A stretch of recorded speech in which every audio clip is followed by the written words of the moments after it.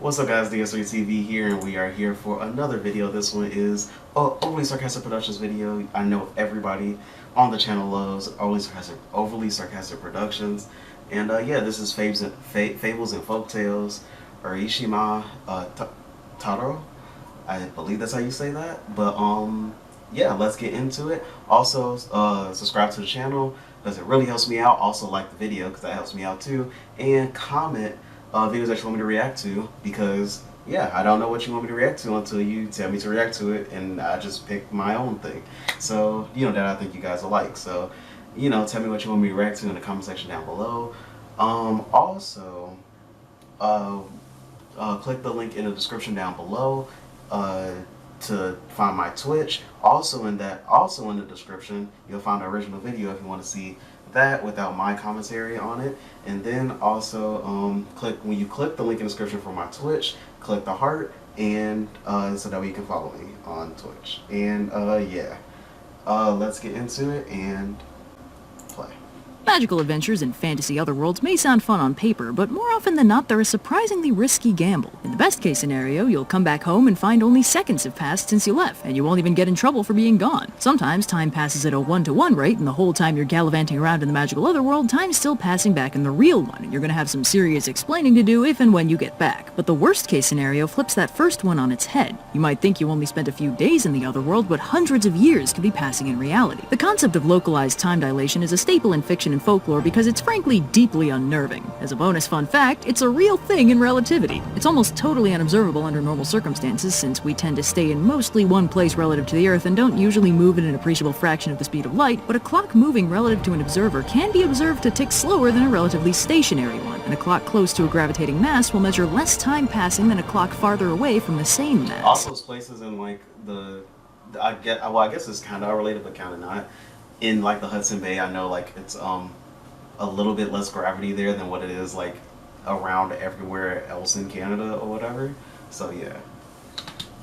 Thanks to gravitic time dilation, the core of the Earth is about 2.5 years younger than the crust. This is bananas. You may remember it from Interstellar. That's basically the only time pop culture ever used this. Maybe those magical otherworlds simply reside close to the event horizon, slowed and distorted by the very nature of space-time. I always felt like, because I'd seen this like as a comment earlier, like today, like if you could do anything that would 100% kill you, but you were gonna 100% survive, but in normal life it would 100% kill you, I would definitely want to like go to like a black hole and like just go in and see like what happens when you go in, because it's like we have theories about it, but it's like nobody really knows, for the simple fact like we haven't put anything into a black hole. Like we just took our first picture of a black hole like in 2019, or I think 2018, one of those years. So yeah, like that's kind of interesting to me.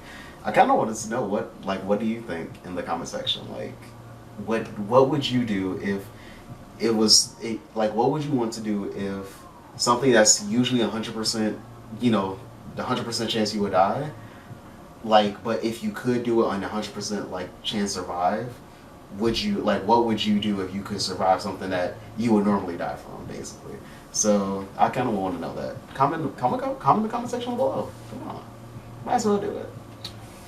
Or maybe it's fiction and we don't need to read too far into it. Anyway, today let's talk about a Japanese folktale about the dangers of magical otherworlds and the importance of following instructions from people who know more than you. Our story begins with a young fisherman called Urashima, who's a very sweet guy without a mean bone in his body. His profession of fisherman does make it a little difficult for him to be completely harmless, but he's very conscientious about the whole thing and doesn't do any more harm than he has to. So that's why one day, when he fishes up a massive turtle, he remembers hearing that turtles are supposed to live for 1,000 years, and he feels bad about cutting that short just for a tasty dinner, so he throws the turtle back and settles in for a nice little fishing boat nap. This is when a beautiful woman rises out of the water, steps into the boat, and tells Urashima that she was that turtle and is also the daughter of the sea god, and she's here because he just proved himself in a secret test of character. What?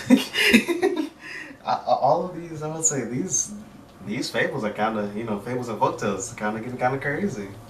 is qualified to be her husband. Urashima likes the sound of that, and he and the princess sail out to the Dragon Palace to be married, where they settle in to live together in riches and luxury for 1,000 blissful years. And if only the story ended there. But while Urashima is a big fan of this magical palace and dragon princess wife situation, after about 3 years of divine marital bliss, he starts feeling a little bit homesick, and he wants to sail back to his humble village to check in on his family and friends, you know? The dragon princess doesn't think this is a very good idea, but she won't stop him, so she just warns him to be very careful, because she has a feeling something very bad might happen if he does anything reckless. She gives him a small box and warns him not to open it under any circumstances or he won't be able to come back. So Urashima tucks the box away, grabs his boat, and sails back home. But it's not quite what he was expecting to see. The mountains and rivers are all the same, but the buildings are gone, including his house. He flags down a couple passing beachgoers and asks them what happened to the Urashima house, and they tell him that's a weird thing to ask, since it's an old folktale around these parts. 400 years ago, some kid named Urashima drowned on a fishing trip and never came home. His family are, of course, long dead, and even the village he lived in has fallen into ruin. Urashima realizes the Dragon Palace might just be one of those magical fairy realms he's heard about, where time passes a lot slower on the inside than the outside. He thought it was only 3 years, but it's been centuries out here. Well, that's a bummer, but what are you gonna do, right? With no survival. That's like,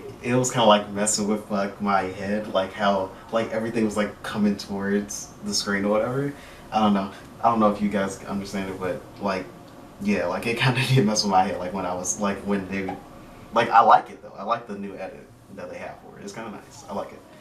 Having friends or family and no reason to stick around, Urashima prepares to head back, only to realize he doesn't remember the way. Surprise, surprise, the ocean doesn't have too many identifiable landmarks. Urashima freaks out and panics for a bit before remembering the box and thinking maybe there'll be something inside he can use. Surprise, surprise, there isn't. When he cracks the box, the only thing inside is a vaguely ominous cloud of vapor and the recollection that that was the one thing he was supposed to not do. Whoops, whatever magic was in the box dissipates and Urashima gets hit with 400 years of backlog time all at once, rapidly aging all the way up into a corpse. Total bummer. Moral of the story? Well, aside from the standard don't disobey magical orders from fairy tale ladies, maybe, make sure you and your fiancé are fully on the same page before moving in together. You might handle And definitely don't, like, you knew that you were going into the ocean, you might just want to say, hey, can you give me a map to go back to where I was at?